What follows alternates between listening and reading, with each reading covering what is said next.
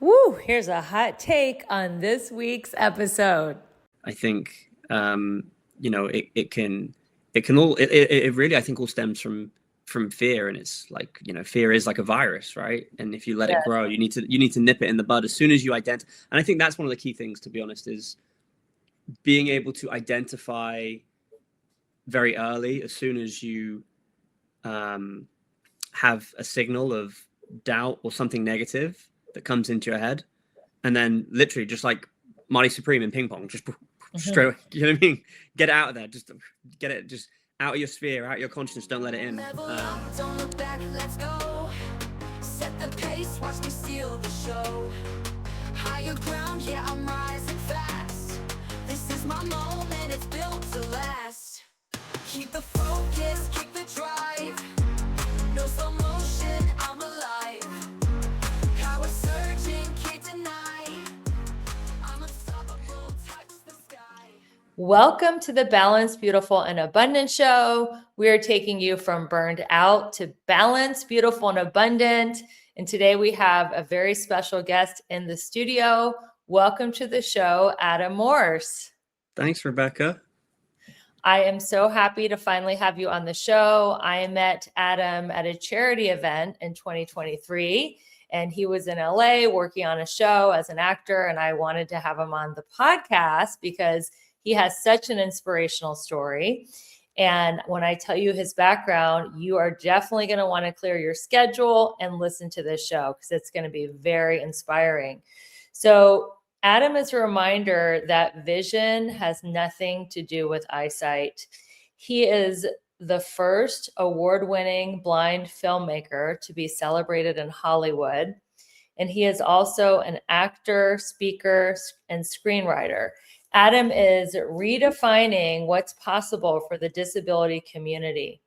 Adam's work challenges outdated narratives around limitation, creativity, and success, proving that true vision comes from clarity, courage, and conviction.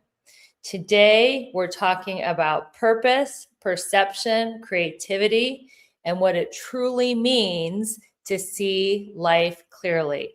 Let's get into the show. So, Adam, tell us how you realized you were blind. What was the story of how that happened, and what was it like leading up to that moment and after that turning point in your life? Yeah, that was a really strange time because I had perfect eyesight until 2009, and I was 19 years old when I first started noticing an issue with my eyesight, and I figured I just needed glasses. So I went to the opticians, and they tried correcting this very small. It was like a dot, like a very tiny dot in the like dead center of my kind of field of view. And yeah, no lens corrected it. So they suggested going to see a doctor, which I did. I saw many doctors over weeks and weeks, and yeah, after various tests and hospital trips, I was left not knowing what was wrong because no one could diagnose me or figure out what this issue was. Because, oh, and I should mention that all the while that little dot that I was seeing, it started multiplying, and there was more of them, and they started to flash, and Oh my God. it went from like one tiny smudge of like a dot to then weeks later having thousands of these little dots flashing everywhere like little fireworks. And then yeah, and then some months later, after a few months, millions of them, and to the point where the majority of my eyesight had deteriorated, and eventually I got the diagnosis after about 6 months.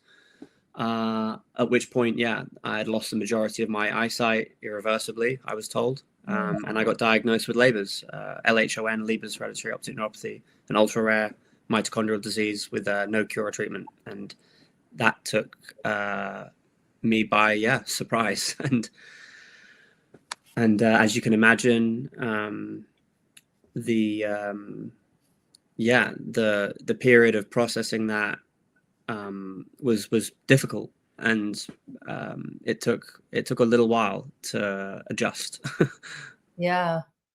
And you were telling me the other day that your brother, who's not a twin, he got diagnosed with blindness at about the same time. How did that part of the story pan out? What happened with him? Well, that was the bizarre part Yeah. of it all, because the professors and the doctors that, well, even before they diagnosed me, my brother was complaining about sight loss at the same time. And I didn't even believe him at first, to be honest, because I just thought, this is too much of a coincidence. And no. It turned out, yeah, he also was dealing with the exact same symptoms, the same thing. But yeah, we're 3 years apart in age. He's 3 years younger than me, but we went blind at the same time to the same rare, incurable eye condition. Which, And yeah. go ahead. Was it? No, I was gonna say, which ironically, I mean, like, well, it brought us closer together. It was something that really bonded us, because we both got the diagnosis around the same time, with the deterioration happening at the same time. And, he was 16, I was 19, we're both kids, our whole lives ahead of us, took for granted everything that we could do then, that we, loved doing. Or, I was, whether it was just, playing soccer or driving or reading, writing, recognizing people, Wow. all the stuff that most people, I suppose, would take for granted. And yeah, he was learning how to play guitar at the time. I was writing my first movie script at the time when I was 19, and he had sort of crammed as much music theory into his head, reading tablature and everything, with his remaining eyesight, before it faded to the point where he couldn't read anymore or see any. So yeah, fortunately he managed to learn how to play the guitar, so that when he had lost, or when it had stabilized for him and for me, being left with a little bit of partial peripheral eyesight that we have left, but still then, being registered blind, we both had to then sort of, find ways to cope emotionally, but even practically, just analyzing or addressing what our ambitions are in life, and what we wanted to do, and what was still possible, and what was still achievable. That was, that took some soul searching. And you know what, I'm really proud of Jake, because he's come such a long way since 2009, since he got his diagnosis. And he's an amazing musician, and has played guitar on the soundtracks for most of the films that I've made till now. It's amazing that you guys both started in the performing arts, and you're still in the performing arts after your diagnosis. Tell us the story of when you received that award from Hollywood, and they didn't know you were blind, and you knew you were blind, and what that incident was like for you. Oh yeah, that was well, I'm laughing and I'm smiling because it's funny, and the story about for anyone like watching, listening, it was not funny at the time. But in hindsight, you have a new perspective. And anyway, what happened was, I was that I mentioned a second ago, right? I was writing my first movie script as I was going blind, and and the adjustment period that I alluded to, that was a few years, and well, I think 3 to be specific, before I picked myself up and started to reprogram myself mentally in terms of just changing my attitude and my outlook on what was possible still for me in the arts and in life, but especially as an artist, and recognizing that being differently abled doesn't mean that you're disabled as an artist, and you might have a different process, but you can still deliver. And I brainwashed myself with this almost like psychotic optimism about what was possible and achievable. So when I picked up that script again, I started looking at it. I said, okay, I'm going to do this. I'm going to direct this script. I'm going to make this film. And yeah, fortunately, I had you know, a good support network, group of friends that wanted to get into film and make films as well. So I self-funded this short film after my first trip to Vegas, which was a yeah, a lucky time on the slots and blackjack tables, which is a whole nother story actually. You Playing funded your film on the slot machines from Vegas because you won. Yeah, yeah, yeah. I That's mean, it. I wasn't like, you know, some big high roller crazy. It was, you know, came away from Vegas with you know, a few $1,000 up, which was enough for me to be able to hire kit and rent, you know, yeah, rent equipment and have a budget for catering to feed people. But no one, you know, no one was paid on that first short film. It was all the money, like I say, kind of went into the production to get this thing made on you know, of a professional standard and level, and had a really great team and crew, and like I say, a lot of friends that came together as well. But yeah, when that film was finished and I you know, was ready to send it out into the world to festivals, I was submitting it without disclosing my condition. I didn't want to talk about being legally blind and open that conversation up at the time, because I was I mean, I was still very young. I was in my, you know, early 20s, having made my first short film, still recently living with blindness and kind of coming to grips with what that meant for me in terms of reception and how I would be received by others.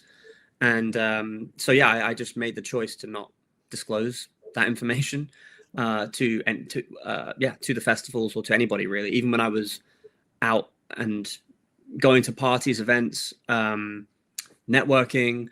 And I mean, you know, like you mentioned when we met, you know, I was on a show as an actor, and that's my background. Before I went blind, I was a stage actor doing theater, and you know, it was an act for a long time, playing a blind person, playing a sighted person, a fully sighted person in my real life, and Yes. keeping my blindness secret from the industry, mostly because I was scared of being discriminated against, and I was discriminated against when I did share it in certain moments where I felt vulnerable and I wanted to be open. A lot of the time I would have to come face to face with prejudice and people putting me in a box or rejecting me or not wanting to back me or give me a chance because they thought my condition would be a hindrance, and for what, you know. And so as a result of all of those experiences, when I made my first short film, I said, no, I'm not going to disclose this, talk about it. So anyway, what you're talking about, the award that I got for The Window, my first short film in Hollywood, or in LA, it was at the Hilton in Pasadena, and it was one of the first awards of the ceremony, and it was a very fancy, you know, it was a big ballroom, whatever, and you know, black tie event, and I'm sat at the back at a table right at the back. I guess they had, you know, the people with the feature films at the front and the, you know, whatever. And so, and yeah, the shorts were given out at the start of the night. And I think it was actually the first award of the night. They called out my name, and I was like, oh, wow. And everyone at my table was like, go on, get up. And I'm like, okay, whoa. And I start, you know, I'm in my suit or my tuxedo, whatever. And I'm walking to the stage, which I know is, you know, down there in the midst of all of these flashing lights that I see all the time, which is basically the dead cells of my optic nerve. And so, yeah, through this like neon haze of like lights and dots and flashing fireworks, I'm like making out the shapes of other tables around me, and I'm trying to weave through them and, you know, squeezing through, trying to get to the front of the stage to collect the trophy or pick up this award on the stage. Right. And I start hearing everyone laughing in the room, and I'm saying to, and I'm questioning in my head, going, have I got something on my face? Like, what's funny? Why is everyone laughing at me? And then and I keep going, and then trying to get to the stage, and then someone comes up to me and grabs me by the shoulders and turns me around and starts pushing me in the opposite direction. And I realize, like, I'm walking away from the stage. I'm going in the wrong way. I can't see where I'm going. And I think I was like walking out the room, and people were like, oh, very like laughing, thinking, oh, he doesn't need the award. Like it was a bit. Maybe thought people, you know, people probably presumed I was just having a joke or doing a bit, like, oh, I don't. Anyway, and then when I eventually get to the stage, and after this, whoever that gentleman was who kindly guided me in the right direction, and think nobody, the last thing in anyone's mind is like, oh, he's blind, he can't see. They just think, I don't know, I'm drunk, or I'm just doing a bit. I get on the stage, they give me this really beautiful award, which is like a film canister, and I'm stood there at the podium, and there's hundreds of people at this festival, at this film festival, this room, and I say to myself, I'm gonna make up for, you know, or I'm gonna just play it so cool. I'm gonna do like a Joe Pesci and make it the shortest acceptance speech ever, you know. And it was a little bit longer than Joe Pesci's "Thanks a Lot" and offstage, but it was still, you know, really tight. And I was just like, you know, thank you everybody. I really appreciate this. Hope everyone has a great night. Blah blah blah. Whatever. That's it. Mm-hmm. And then hold up the award. And then as I go to get off the stage, I step to where I see where I think the step is, but then I fall off the stage. Oh God. and you hear that noise. You hear everybody like gasp, like in the room at once. And then I pick myself up and I dust myself down, and I'm like, pick up my award. And after I've fallen off the stage, like full on Jennifer Lawrence, but worse actually, it was like fully off the stage.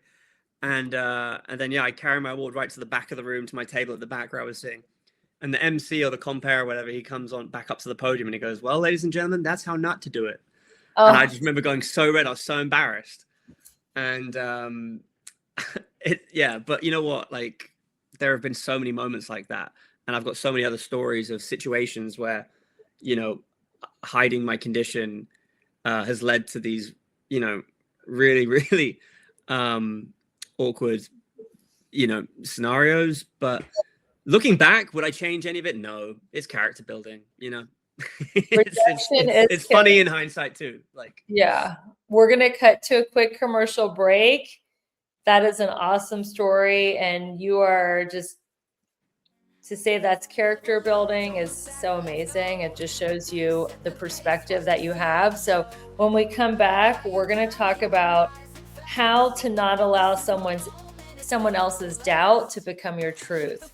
So we're going to cut to a quick commercial break. Thanks everyone for listening to the Balanced, Beautiful, and Abundant show, and we'll be right back.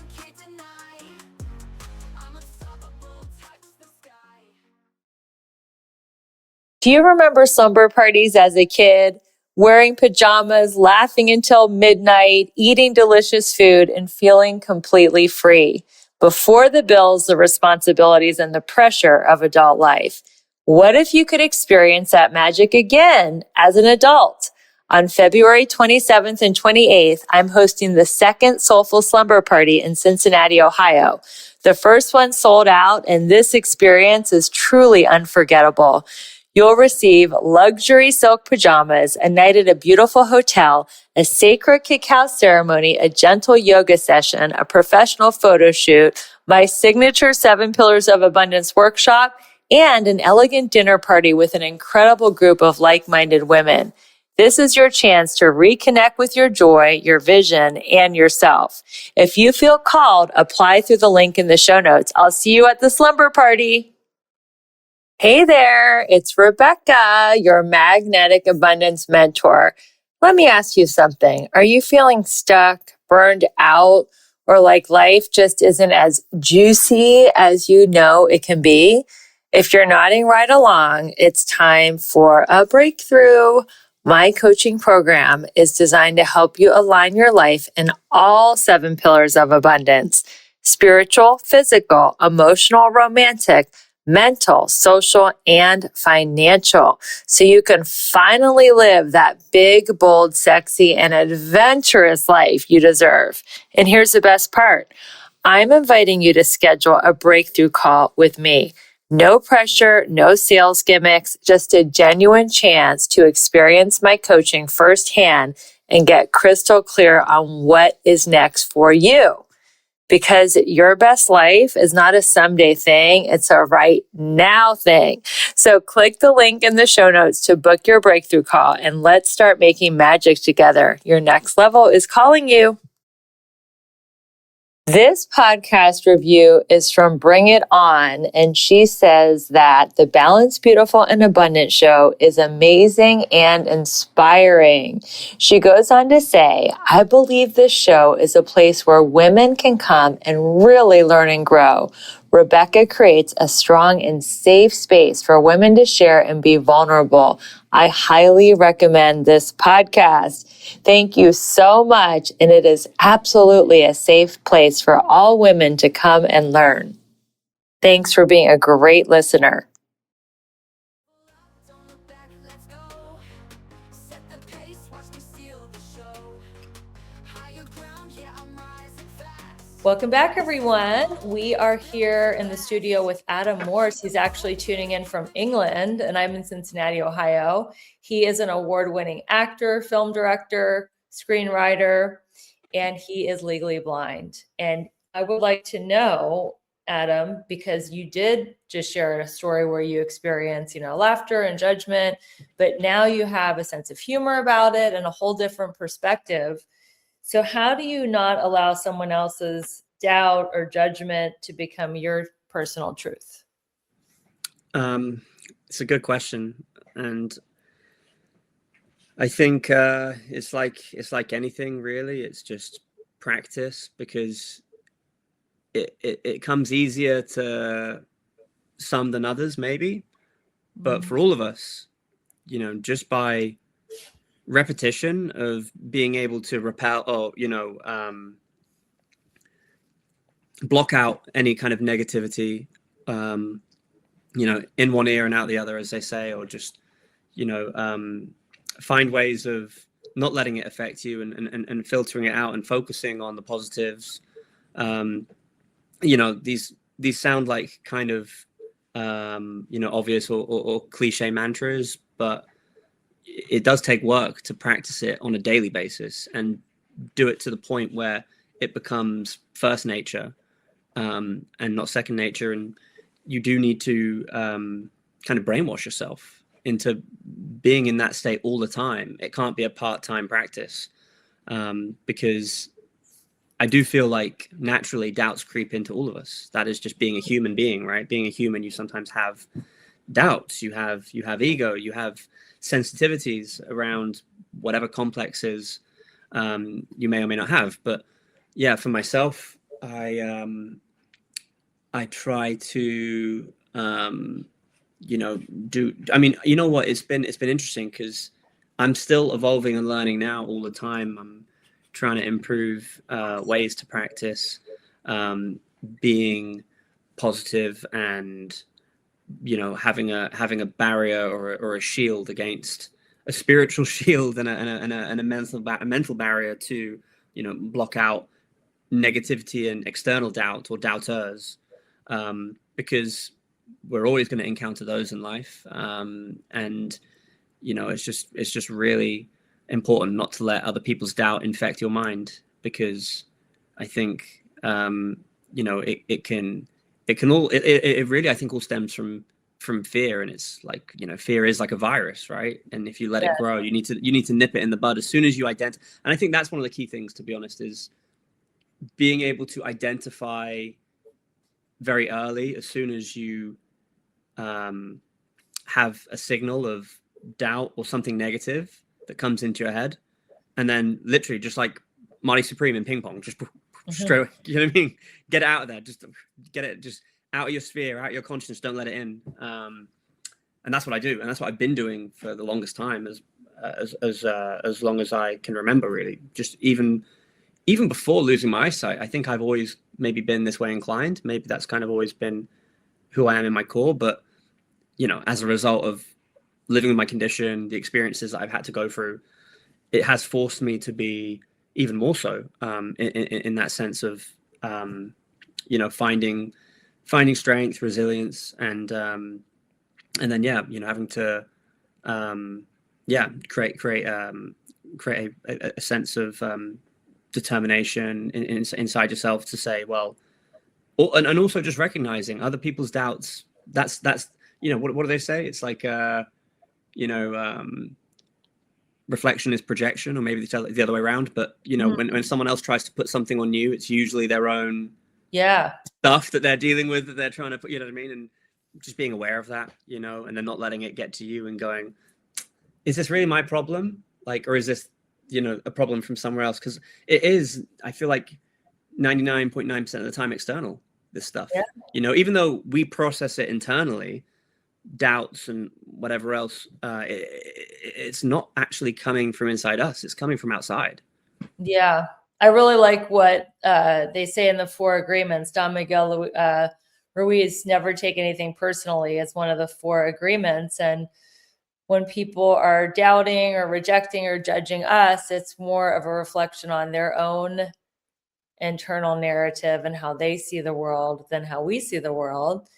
You said you relied on some mantras or affirmations to keep yourself positive when you do feel self-doubt. What are some of the affirmations that have worked for you through the years, or mantras? Oh, I mean, there's like probably a whole book I could write on them, but so many. Love and light protect me, and that's a big thing for me, is just finding a way to lead with love, and generosity, even when people try and throw shade or are dealing with their own hatred. Usually it's because they hate themselves. Yeah. And I think the best way to kind of deal with those individuals is to send them love, and you kind of watch them malfunction, because they expect like a tit for tat, or for you to give it back. But when you don't, and you lead with light and love, and every day, if you tell yourself that you're protected by love and light, and you lead with light and love, that's my biggest mantra, to be honest, because I feel like the causality of everything that follows from that is this really beautiful ripple effect, especially if you root yourself in empathy, and you can be kind and generous when building connections with people, with new people, even with situations outside of business personally. But I think especially in business too, when you come to the table with some kind of an offer before an ask, and just think, how can you help somebody else, whether it's just making a connection. I mean, I love connecting people. Anyone that knows me has probably been introduced to somebody else by me, and I just love seeing, like I say again, the ripple effect of that, because so many good things in my life, and even looking at like the best experiences that me and my other half, Julia, and I have shared. We sit down and we do the detective work, and we kind of work the case backwards and go, how did we get here? How do we get here? How this amazing place at this moment, or with these people? And then when you do work it, and you go, oh, because it was so and so. But how did we? But hang on. But how do we know so and so? Oh, hang on. That was through them, and then he or she, like, and then it goes back to somebody that has no idea the chain reaction that they've caused just by connecting someone to someone else. So I just think connecting people with each other is the most amazing thing, in life. And yeah, so yeah, rooting yourself in gratitude is always a good way to start when practicing any kind of affirmations or mantras, because then it automatically elevates your frequency higher, and you feel good, right? Because then when you want to think about what you want to do next, it's kind of, you're already in the space of how you want to feel, or where you're going to be when you get to that place. It's beautiful. And that's probably why you are so successful and well-adjusted in your differently abled state, is because you're like, well, I don't have sight, but I have all these other things in my life to be grateful for. And then you just build on that. So that is really beautiful. So how do you define, you're welcome. How do you define having vision versus having sight? Yeah, they are two different things, for sure. And I think the way I define it is the way that a lot of people do, maybe not everybody. And this is why I enjoy actually talking about this. So thanks for asking that question, because the literal definition, I believe, is what I preach, which is sight is something physical, right? And it's what we use to map our physical surroundings. Whereas vision is something spiritual. It's something internal. Yeah. It comes from our mind's eye, right? And when we're able to tap into vision, to get scientific, the pineal gland, when we open when we download from our imagination and we open ourselves up to seeing something that doesn't yet exist, that's how we bring it into reality. And it can be something long-term, or it can be a split-second decision, on a football field, a quick instinctive play that an athlete or someone does, or for an artist with a paintbrush, and just, they're in a flow state, and next thing you know, they step back from the canvas. Whoa, that came out of me. How did that come to be? It's like, this streaming process vision sometimes, where you're seeing something without seeing it, or it's just kind of coming from you. And then obviously, there are more sort of premeditated third eye vision experiences where you can really, have a vivid picture of something or a situation or an experience, and then you catch up with that timeline, and then all of a sudden it becomes a part of your reality. And that's the amazing thing about vision. And so for me as a filmmaker or as an artist, I'm using my vision all the time, and ironically, since I lost my eyesight, it's elevated my vision. Beautiful. That leads me to the next question. You say that creativity lies in the imagination, not in the eyes. What is your process for accessing your imagination? So for me, my biggest, I suppose, resource for igniting my imagination is music. Ooh. Always has been as well. And I think, music was my big love even before film. And I feel like, they can really inform each other as well, both art forms, and they obviously come together in filmmaking anyway, but with and likewise even with music and applying visuals to music. So for me, I like to listen to a piece of music, and then I see pictures. It'll really help my imagination to kind of run wild, and so that's my biggest thing, I think, is music. And the other thing is meditation or dreams, both actually. And that can be daydreaming in a meditative state where I'm just relaxed, trying to get into those theta brain waves or alpha, and then obviously there are actual kind of nocturnal or lucid dream states where, and that was obviously the inspiration in making my first movie, my first feature film that I wrote and directed, Lucid, with Billy Zane. That was exploring that topic, and my fascination with the subconscious mind and the power of dreams and their influence over us. I even find, I've always found, but now even how inspiring dreams are as well, to unpack those and what kind of big ideas they can lead to, but even small, quote unquote, small ideas, or anything from just interesting camera movements I might see, how I want to direct a camera, or even just kind of I don't know, relationship dynamics, random things that you hear and see in your dreams. I don't know if it's the same for you. Do you have we're going to cut to a commercial break, but when we come back, we're going to talk about your method for remembering your dreams, because I feel like you remember your dreams a lot better than the average person. Thank you, everyone, for listening to the Balanced, Beautiful, and Abundant show. We are going to go to a commercial and be right back.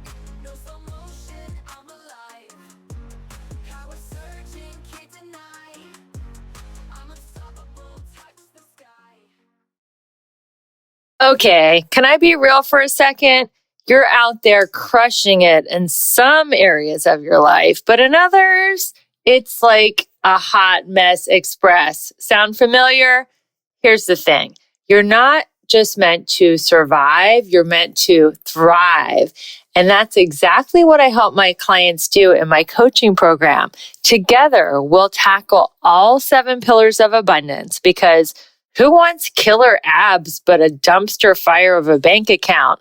Or a thriving career but 0 in the romance department? Yeah, no thanks.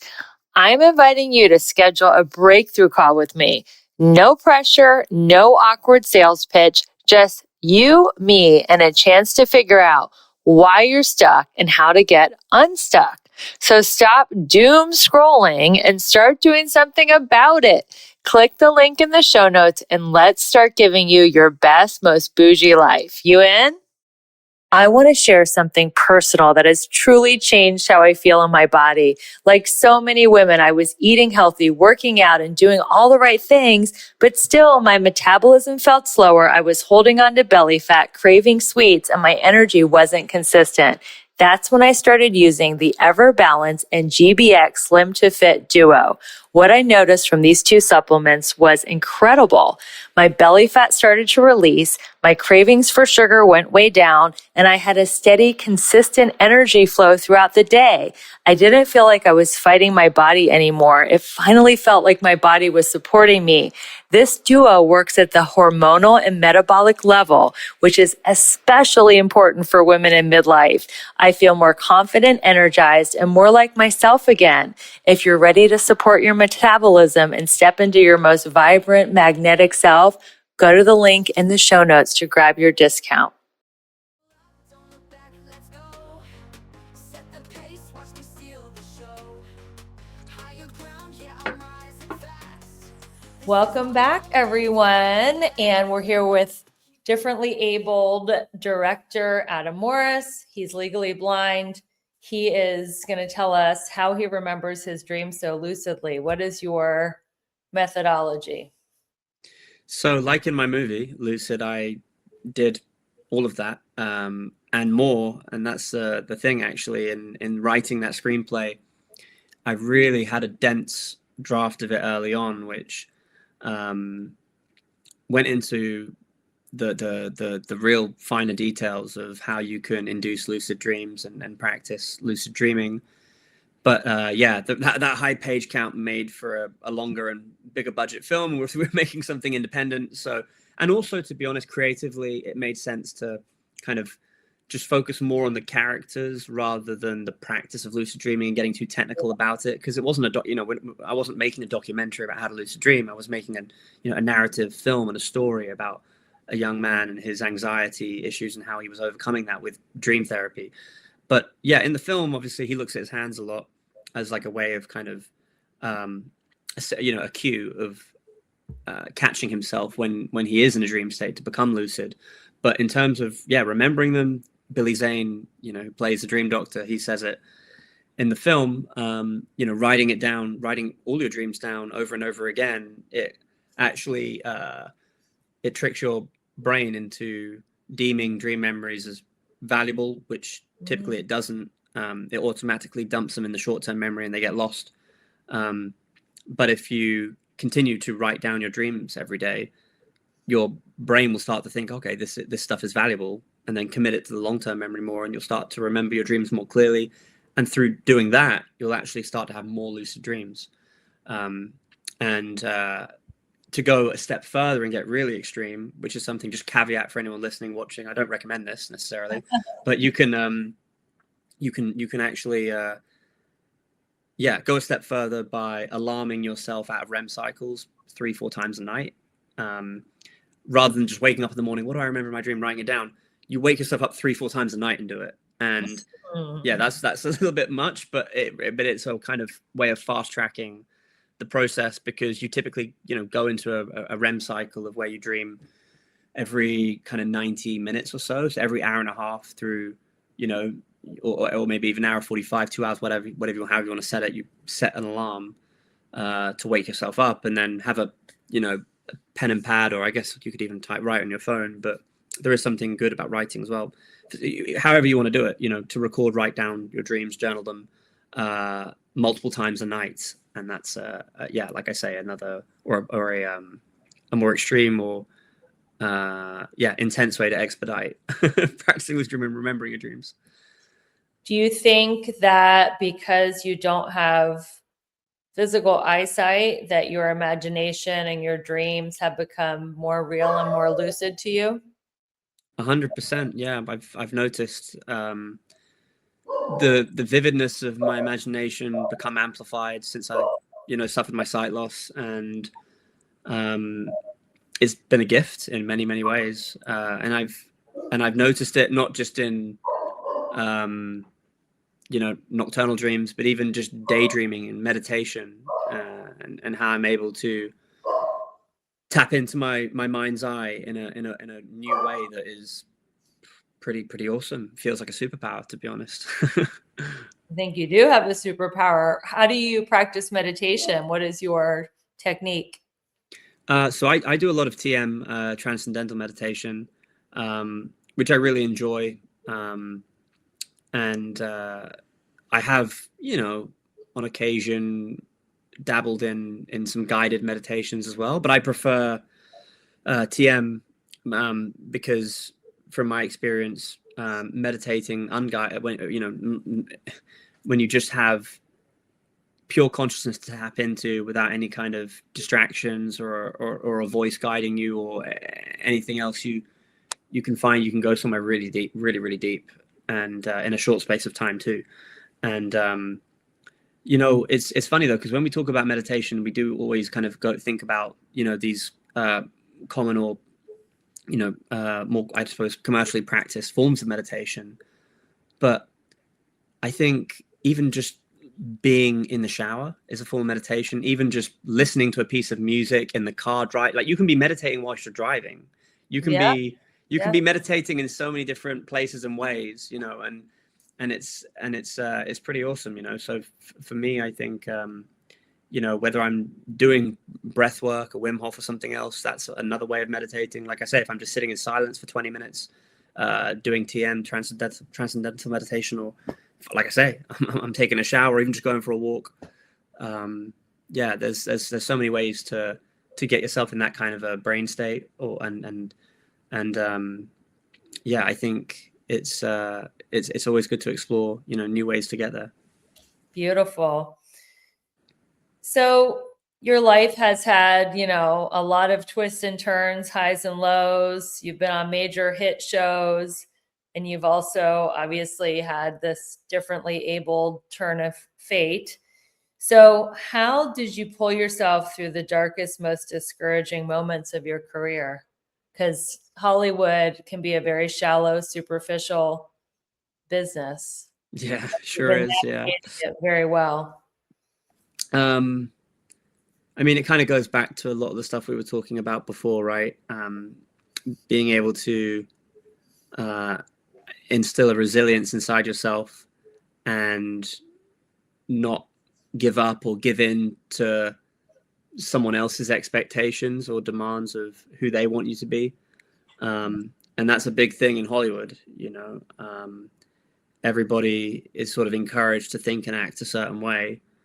And even, commercially, there are trends you're supposed to follow, as an artist to set yourself up for success and have a better shot, being able to do what you want to do. And so it's interesting. It's a balance, and this is why it's probably a fitting conversation for this podcast, because like anything in life, right, you need to find the balance. But in the business and in Hollywood, I think, there's a real art.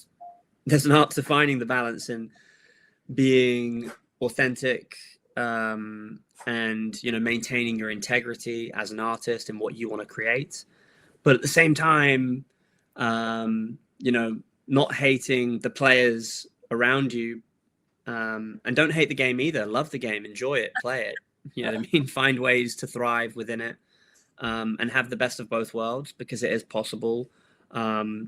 And maybe sometimes there are, I wouldn't say sacrifices, but I'd say concessions that you have to make, when it comes to picking and choosing how you move and how you navigate, career choices.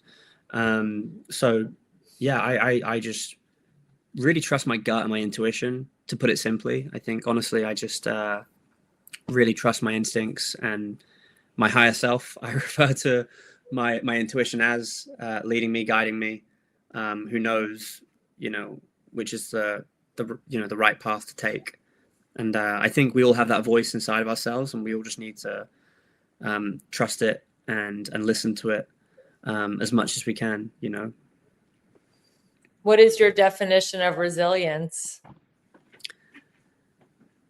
Well, I would say not taking no for an answer is my definition of resilience in many ways. But at the same time, when I think about the word no, or what that means when you're told no, I think especially in the entertainment industry, it just means not today. And that's probably applicable to other industries and other people in walks of life that are told no as well. And just reminding yourself to be resilient and to have the resolve to say, okay, this is today, tomorrow is a new day. And there are going to be new opportunities, new windows of opportunities that open up to me, and manifesting that. Can you give us an example of a project or an acting role where you were told no very many times and you kept persisting and you got something great? I can think of so many. I just don't know which one. Give us your favorite one. Well, I can quickly speak on two. Okay, let's talk. One being Lucid, making my first feature film. That was a really tough thing to do, to get your first. And anybody who's ever made a movie before, a feature film, knows how difficult it can be. And so having been told no by countless production companies, people, producers, investors, to the point where even me, somebody like I said before, I am psychotically positive about everything, and I have to be. Even I was having moments going, is this going to happen? Am I going to get this movie made? Can I do it? Because it was going on for it took years to get the movie made. And so the thing is, I just kept meditating and seeing the film in my head finished, and then picturing the premiere and that feeling of showing it to an audience and experiencing it, the finished film in a room full of people, and then just realizing that wasn't my imagination, that wasn't a dream, that was the future, that was a potential future timeline, and I could be in that timeline, I could be in that future. I just need to align with it and just live in that frequency and keep in it. Because every time I was dealing with somebody trying to bring my frequency down and telling me, no, I was, letting it knock. Well, it was knocking me naturally, but then, that was I think that was the biggest part in kind of defining or building my character to be resilient, was getting that first movie made. But another, example of just being told no in a moment and then kind of, I don't know, sidestepping and beelining for another way in, because as Julia Vavara, my other half, life partner, business partner, always says, if the door's closed, go in through the window.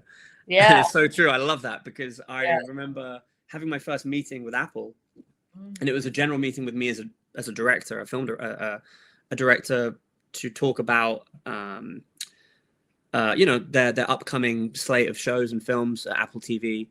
And this was just before Apple TV was launching. This was like 2019.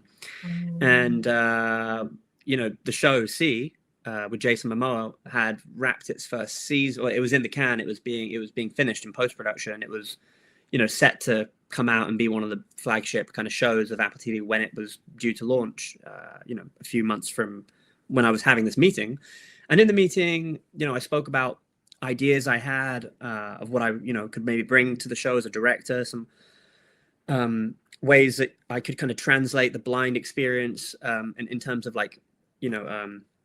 framing a point of view with the camera and stuff, doing things that, and they really like the ideas, and they put me in touch with the showrunner, Jonathan Tropper, who showrun season 1 and 2 of the show.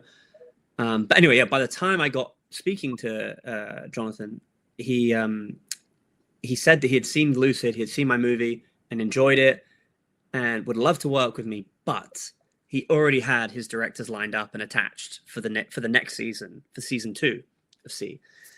And so it was a really nice way of being told no, because it was like, I love your work, I want to work with you, but on this occasion, it's just not going to fly, because I don't know, too late to the party, I guess, you know? Yeah. And instead of dealing with that no, or being told no by just saying, well, thanks anyway, and then kind of moving on, I kind of kept pushing. And I was like, well, you know, I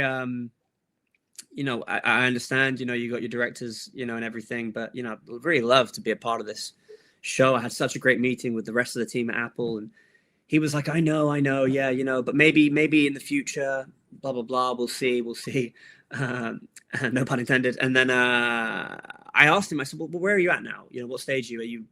Are you in prep already? And he's like, yeah, we're location scouting, we're casting. I said, oh, you're casting? You know, I'm an actor too, by the way. He goes, no, I didn't know. He goes, I did not know that. No, I said, that's how I started out. I was an actor, you know, before I started making films behind the camera. And, you know, I'm still doing acting, you know, for the right opportunity. You know, I'm offering my services in front of camera. And he said, well, we can put you in the mix for an audition, or if you want to send in a tape, I can talk to our casting director. I said, sure. And so I ended up sending in a tape, having a recall, or doing another audition, and then getting a part and getting hired as an actor on the show. And what show was that? And that was C on Apple TV with Jason Momoa. And I was in season 2. I got to be in 3 episodes of the show. I got to do a lot of really cool fight stunt work as well. You know, riding horses, sword fighting, and amazing stuff. And that was an incredible experience, because I got to destigmatize what it meant to be a blind actor, and the expectations of others. I had a double standing by to do all of the stunt work, but I insisted that I had to do it myself. So you see me on the screen, you know, riding the horses, fighting with the swords, and my character kidnaps Jason. Did all that blind? You rode a horse and did a sword fight blind? Yeah. And even the choreographers were some of the best in the business. They were like, Adam, we you know, they told us that you've got an eye condition, because I was one of the only, I mean, most of the cast can see and are fully sighted playing blind. I'm actually, you know, legally blind playing blind, but even so, like, the choreographers who are aware of my condition, they didn't believe me. Like, a lot of people don't believe me when they meet me. How did you not fall off the horse? Well, I mean, like, Rebecca, I can't see you on the screen. Obviously, I'm just looking. Right. People can see me. I can't see what's on the screen. How I direct movies is on a giant, like, 70-inch screen with my face right in there. So the partial peripheral sight I can use to kind of frame a shot. But unless I'm right up close to a giant image, I can't. But when I'm faking eyeline, forget a screen. Even in normal life, I'm talking to somebody, I can fake an eyeline of where I know their face is, where I hear they're coming from. The horse, if you can't see where the horse is riding, how do you stay on a horse, and how do you ride a horse without seeing? Well, that's what I've realized. You know, memory is such a. I mean, my memory, as well as, like, you know, I mentioned the gift of my imagination being amplified through my sight loss. A few other superpowers that have been elevated through me losing my eyesight. Memory. I have superhuman memory now, because it's a muscle. You know, there's no such thing. There's no such thing as a bad memory. Only an untrained memory.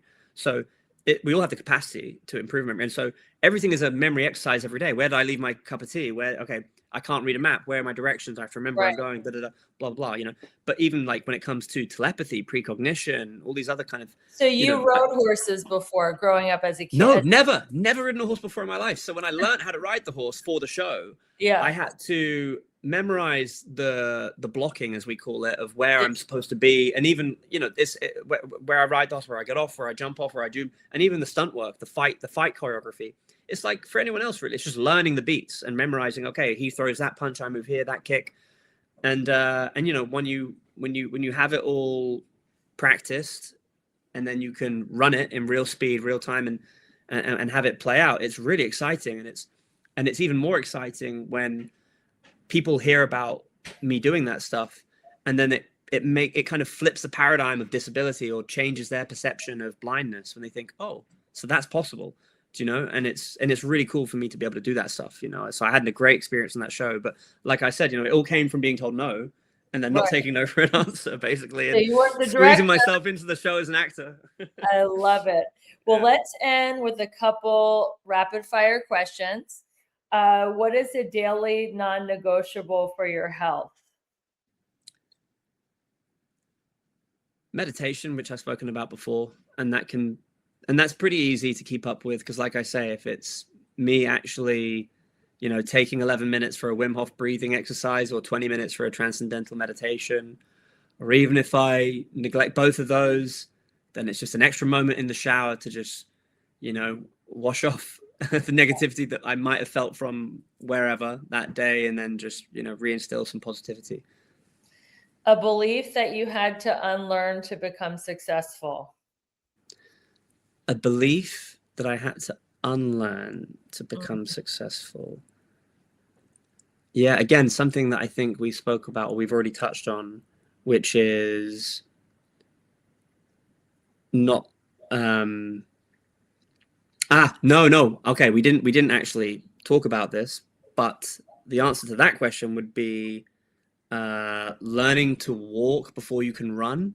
Mm-hmm. You heard that one? I think a lot of people have heard of that, right? Yeah, but I don't like that expression, and it's a belief that a lot of people have. I unlearned that very quickly early on because it just didn't resonate with me. I am of a different mindset, which is build the plane as you're flying it. yeah. And it's worked out fine for me. In fact, it's worked out really well. And I encourage everybody to adopt that mindset or that mantra or that, to learn how to build the plane as you're flying it. And if anyone tells you, like for me, when I made my first short film and I wanted to make a feature film, they were like, oh, you should make a few more. I remember so many producers kept saying, make a few more shorts first, learn how to walk before you can run. And I was like, okay, listen. At first I was trying to listen to them because they were older, more experienced. And I thought, well, they must know what they're talking about. But no. I think, yeah, that's something that a lot of people should unlearn, is being told walk before you can run. If you feel like you're ready to run. You know what I mean? Go. Don't do things in the order that other people tell you that you have to do them. Don't limit your ambition, and don't limit what you believe is possible for yourself. And you'll learn more running than walking, because exactly, that's the biggest thing. Taking yourself outside your comfort zone is where we evolve the most, right? When we're in discomfort, to learn on the exactly. The sound that instantly grounds you is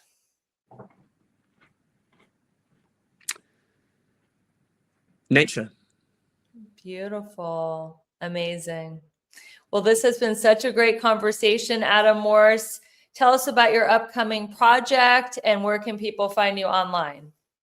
Thank you, Rebecca. Really enjoyed the conversation. People can find me on Instagram at The Morse Force. And we are almost finished. Well, we're in the process of filming a documentary. I say we.